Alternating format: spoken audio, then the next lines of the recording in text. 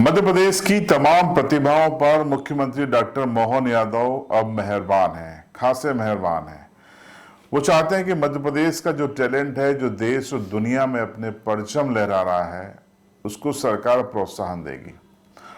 मोहन यादव साहब ने एक कार्यक्रम में खुलेआम ऐलान किया कि जो माउंटेन मैन है भारत के, अंकित सेन जिनका नाम है, जबलपुर के पास एक मझोली पंचायत के पडरिया गांव के रहने वाले हैं। उन्होंने 7 महाद्वीपों में से 3 महाद्वीपों की सबसे बड़ी चोटियों पर भारत का झंडा लहराया है। उनका लक्ष्य है कि वो सभी महाद्वीपों पर जाकर ऐसा करें।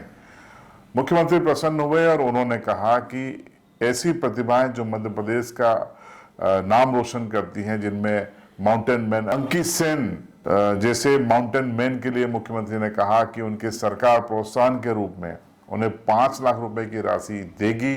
ऐलान उन्होंने मंच से कर दिया ताकि वो आने वाले जो अपने लक्ष्य हैं उनकी पूर्ति में उनको ये राशि मददगार होगी।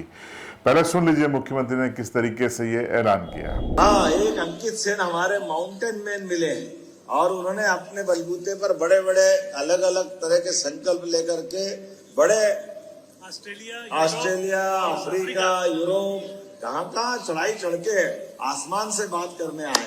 अगला फिर कोई टारगेट बनाया तो मैंने कहा कि ऐसे प्रदेश की प्रतिभाओं को प्रोत्साहन करना हम सबका दायित्व है। तो इसलिए मैंने कहा कि अगली यात्रा के लिए मैं 5 लाख रुपया उसको देने की घोषणा करता हूं और उम्मीद करता हूं कि ऐसे और लोगों को प्रेरणा मिलेगी जो अपने आप में अपने कॉन्फिडेंस भी बढ़ाए और प्रदेश का भी मान सम्मान बढ़ाए। अब आपको बता देते हैं कि आखिर कौन है अंकित सेन जो माउंटेन मैन कहे जाते हैं और जिनको मुख्यमंत्री डॉक्टर मोहन यादव ने 5 लाख रुपए की सहायता राशि का ऐलान किया है। ये एक प्रोत्साहन राशि है जो शासन के मुखिया के रूप में डॉक्टर मोहन यादव साहब ने उनको दी है। समझ लीजिए कौन है अंकित सेन। माउंटेन मैन अंकित सेन अंतर्राष्ट्रीय स्तर के खिलाड़ी हैं जो कि जबलपुर के मझोली गांव के पडेरिया गांव में रहने वाले हैं। वो जबलपुर के ब्रांड एम्बेसडर भी हैं। अभी तक वो विश्व के 7 महाद्वीपों में से 3 महाद्वीप में जाकर भारत का राष्ट्रीय ध्वज फहरा चुके हैं।